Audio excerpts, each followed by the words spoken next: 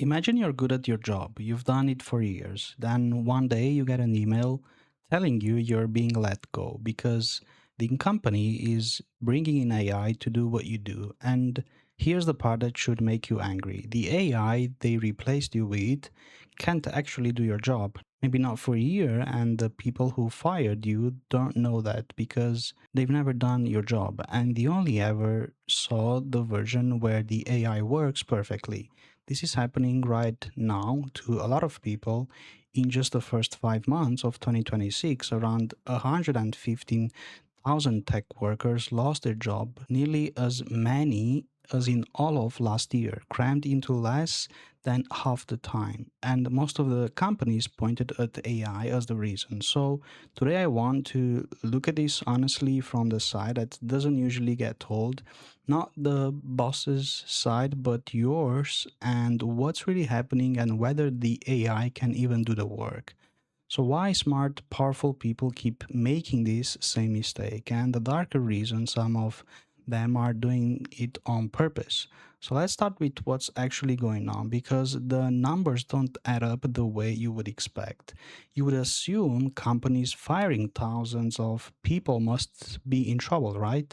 They are not. The companies doing the biggest cuts are some of the richest on earth, posting record profits and cutting staff anyway.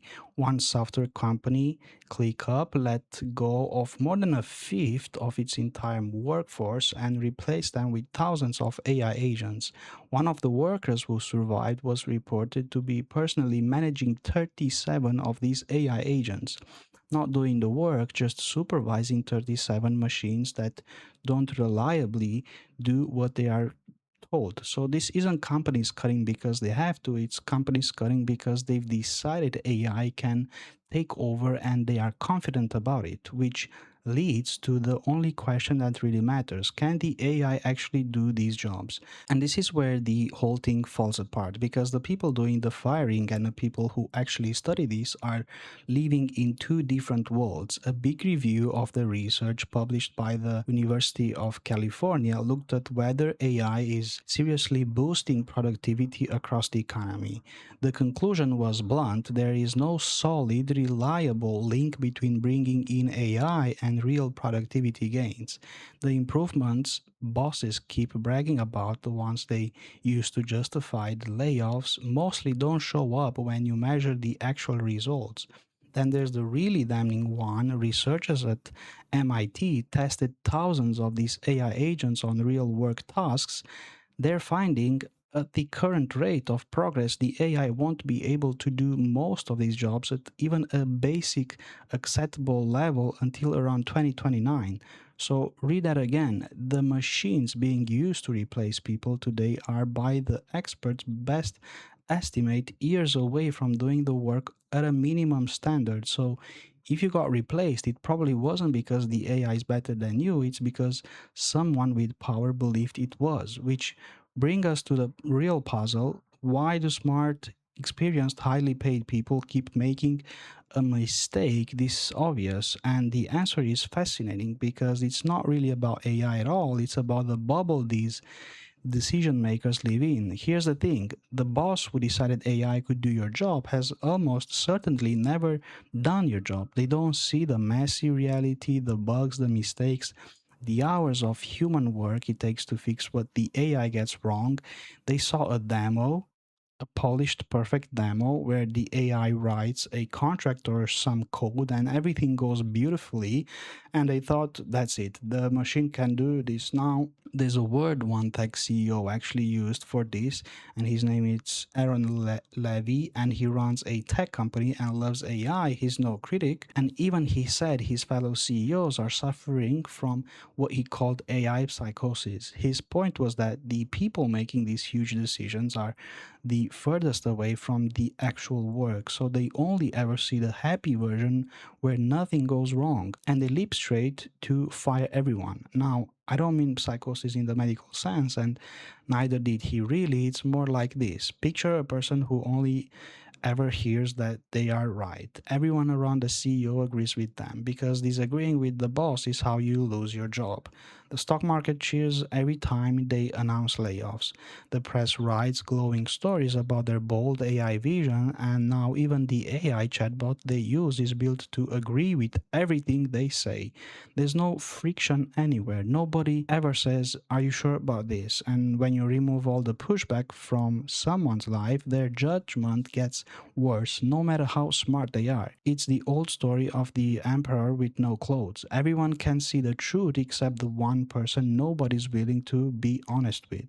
That's why they keep getting it wrong. Now, I want to be fair because this isn't me saying AI is useless or that these bosses are stupid. The technology is very powerful, and used the right way on the right task, it really does help.